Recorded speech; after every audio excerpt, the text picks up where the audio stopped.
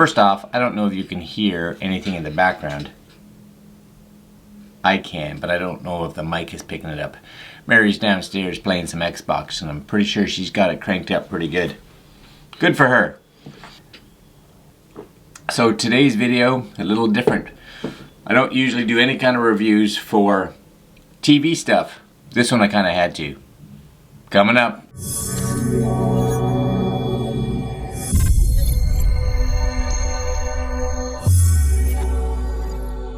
So right away, if you haven't heard of the Black Mirror series that comes out on Netflix every once in a while, usually every year or so, I'd recommend going back and watching them. First reason is you really have to enjoy the whole series because a lot of their stuff is kind of out in left field. You know, makes you kind of be like, what is happening? I'll have what she's having. Now, who thought of this? If you enjoy it, you'll really enjoy Bandersnatch. If you look at their stuff and you're like, what? Then you probably won't. It's really just that simple. I'm a child of the 70s and 80s. And because of that, I grew up with choose your own adventure books. And I loved them. And I remember thinking back a couple years, thinking, why has nobody now really made a good choose your own adventure style movie or TV show? Well, that all changed this week. Black Mirror's Bandersnatch is really a choose your own adventure based on a choose your own adventure based on a choose your own adventure, which when you talk about it is crazy. So I'm going to try to not do any spoilers. I really want to talk about some of the technicalities of this series and why I hope it will kind of go further and more of us will be able to enjoy these kind of shows.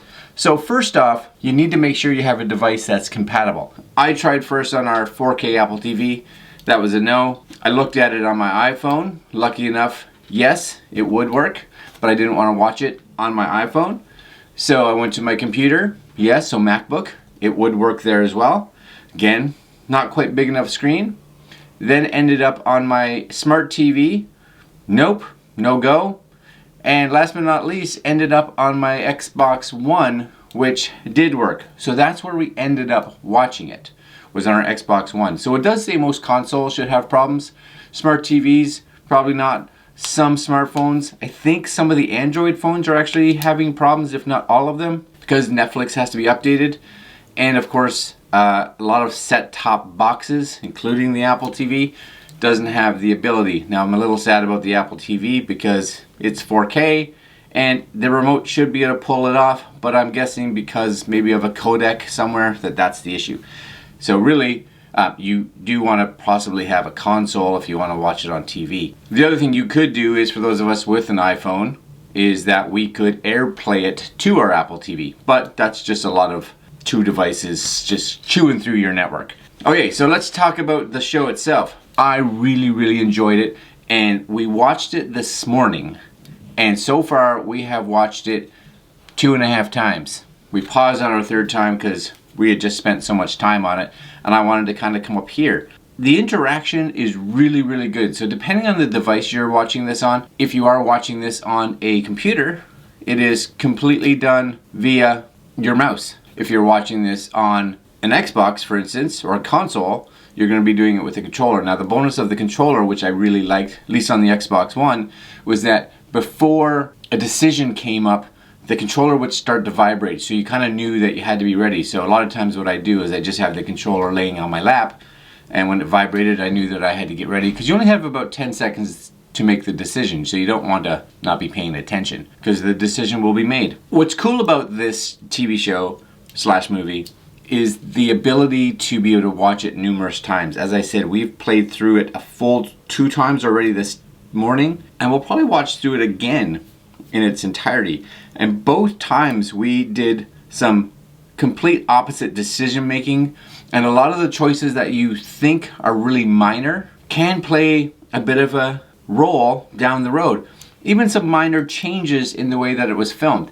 So very cool. Characters may not be there anymore. Characters will reappear based on decisions that were made earlier on in the movie. Is this something you and I should watch? Yeah, I think if you have a console or have a device that has the ability to watch this, I think this is one of the first interactive storytelling digital platforms available right now, and I think it will be something that we see a lot more in the near future, because one of the things, especially for advertisers, we'll say, or Netflix, is having the ability to have original content.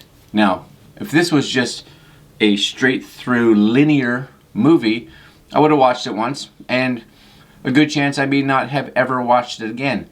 But the fact is I watched it almost 3 times today, looking for something. And it may be a show that down the road, if I'm bored and I don't have anything else that I really want to watch, I may just fire it on just to make complete random opposite decisions to see if I can get a different ending. That's cool. So this is a show that has great replay value, you know, being able to play it over and over and over again and not just once.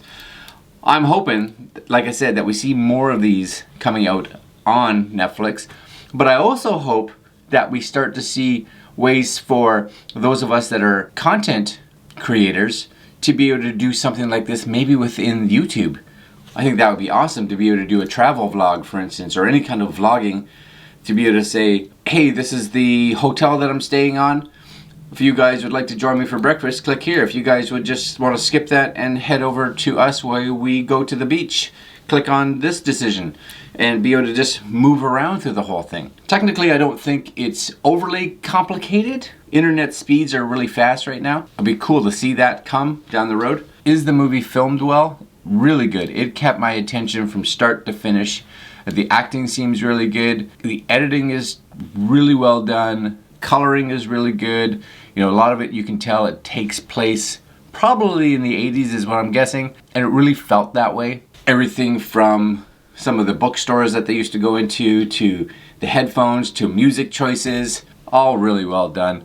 If you've got an hour or two, let's say 2, you can definitely get through this movie once and possibly get through it partially a second time. The second time we watched it, we definitely got through it considerably faster than we did the first time, because we were really contemplating decisions, whereas the second time it was really more of a fun thing. Give it a watch. Honestly, I give this movie a 4.5 out of 5, and the real reason I didn't give it a 5 is I just like to see them be able to improve somewhere.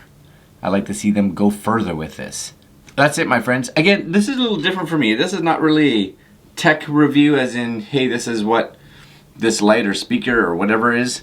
This is really based around a movie, and I thoroughly enjoyed it. Hopefully you guys have one of the compatible platforms.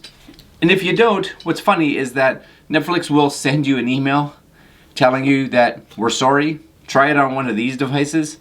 Hopefully you have one of those. But it's kind of cool because they do explain it. If you don't have one, it literally just shows you the trailer and then stops and says, no show for you. Alright guys, I'm going to leave you there. Like, comment, share, and subscribe. Go watch Black Mirror. I think it's a great little show. My hat's off to them and Netflix for producing it.